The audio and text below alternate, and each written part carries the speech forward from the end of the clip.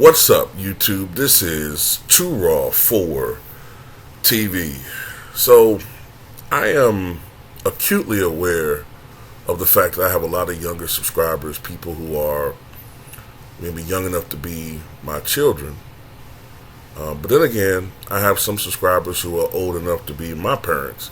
So I'm sort of like in this sweet spot where I'm still young enough to appeal to younger people, although now that I'm in my 40s, that's getting harder and harder to do. But I have enough of a historical knowledge of things so that I can appeal to older people. And I say all that to say that those of you who are older, definitely I'd say maybe 55, 60 and older, will remember Daniel Ellsberg. Daniel Ellsberg was a government whistleblower who felt that the United States government was increasingly beginning to cross that line between having some necessary secrets that have to be kept controversial for security reasons, for national security reasons, and then crossing a line where you're keeping things from the American people to achieve some nefarious ulterior motive or agenda. And that's what was bothering Daniel Ellsberg's conscience to the point where almost 52 years ago to the day, I think it was in mid-July 1971, it was around the time that then President Nixon's daughter was getting married, that he released the Pentagon Papers. Daniel Ellsberg died today. He was 92 years old. It was back in early March of this year when he announced on social media that he had been diagnosed with terminal cancer. Daniel Ellsberg, the history-making whistleblower who, by leaking the Pentagon Papers, revealed long-time government doubts and deceit about the Vietnam War and inspired acts of retaliation by President Richard Nixon that led to Watergate, which ultimately led to his resignation, has died. As I said, he was 92 years old. Ellsberg, whose actions led to a landmark First Amendment ruling by the Supreme Court, had disclosed in February that he was terminally ill with pancreatic cancer. His family announced his death Friday morning in a letter released by a spokesperson, Julia Pachetti. Said he was not in pain and was surrounded by a loving family. Thank you, everyone, for your outpouring of love, appreciation, and well wishes to Dan in the previous months. It all warmed his heart at the end of his life.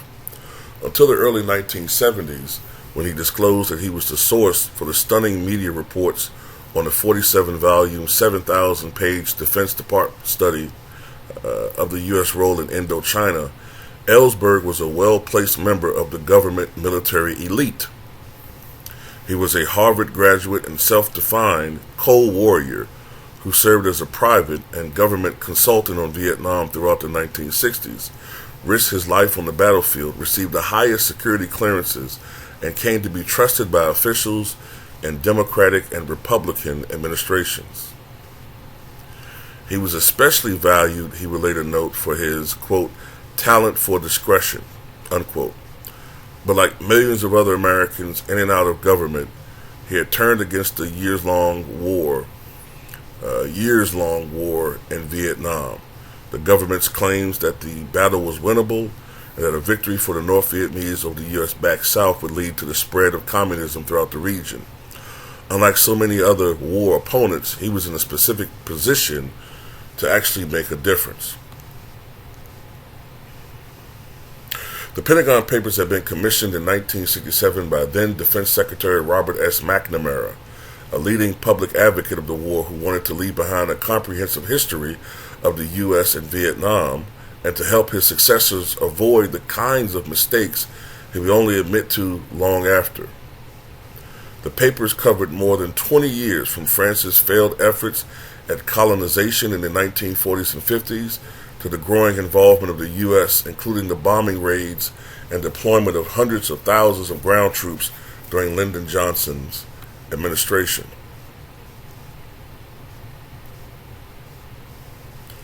To cut to the chase, the Pentagon Papers were first published in the New York Times in June 1971, with the Washington Post, the Associated Press, and more than a dozen others following. They documented that the U.S. had defied a 1954 settlement barring a foreign military presence in Vietnam, questioned whether South Vietnam had a viable government, secretly expanded the war to neighboring countries, and had plotted to send American soldiers even as Johnson vowed that he wouldn't. Back in 1964 when he was running, I'm adding this to myself. I remember reading back in 1964, Lyndon Johnson would say, "I would not send American boys out there to die in Vietnam," when already they had planned they were going to do that.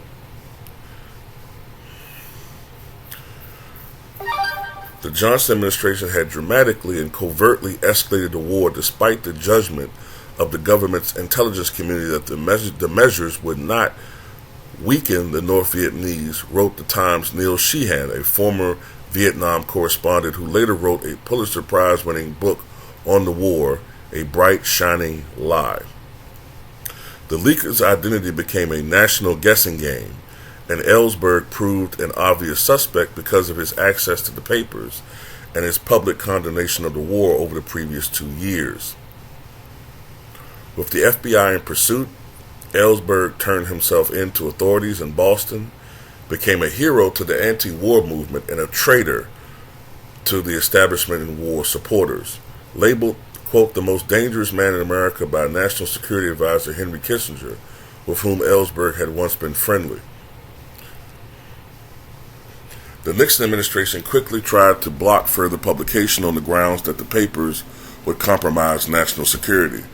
But the U.S. Supreme Court ruled 6-3 in favor of the newspapers on June 30th, 1971, a major First Amendment ruling rejecting prior restraint.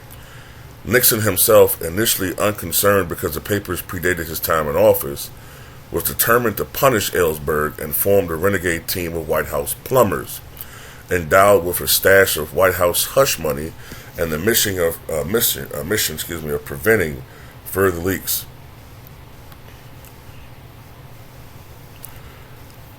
I don't know if I should repeat this.